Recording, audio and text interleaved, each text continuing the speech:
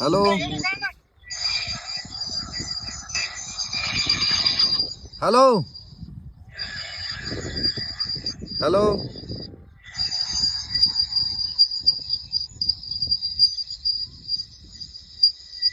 मित्रांनो, रामकृष्ण हरी मित्रांनो. आम्ही रात्री कलाटवाडीहून आष्टी तालुका जिल्हा बीड माझा मित्रांनो कलाटवाडी रात्री गेलतो तर आम्ही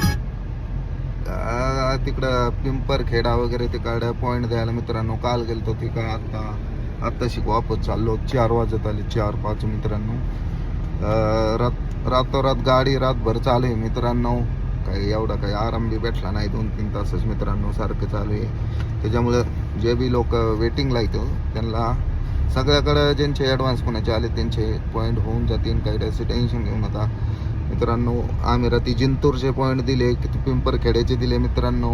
त्यासाठी ना रात्रंदिवस चालू आहे मित्रांनो. कारण लवकरात लवकर मोठ्या लोकांची बी पावसाळ्याच्या आधी पॉईंट व्हावं. पावसाचं वातावरण झालं आहे त्याच्यामुळं फास्ट काम चालू आहे मित्रांनो. तसं काही फोन नाही उचलेलाच म्हणजे मित्रांनो पॉईंटवर वगैरे आहे बिजी असतो काही वेळेस.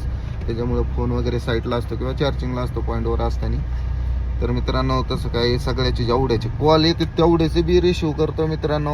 माझ्याकडे असल्यावर जेवढे कोणाचे कॉल येते नाराज काय होऊ नका मित्रांनो. सगळ्याचेच टाईम जसे तारखे असतील, जसे नंबर असतील तसे पॉईंट घेतले जातील. तसं काही मित्रांनो एकदम 100% तुमचे काम होऊन जाईल. त्यांचे कोणाचे ॲडव्हान्स आलेले पैसे चालत. तर मित्रांनो आता आम्ही बीडपाशी आलोत मित्रांनो. सध्या हे आता बीड जवळ आलोत मित्रांनो.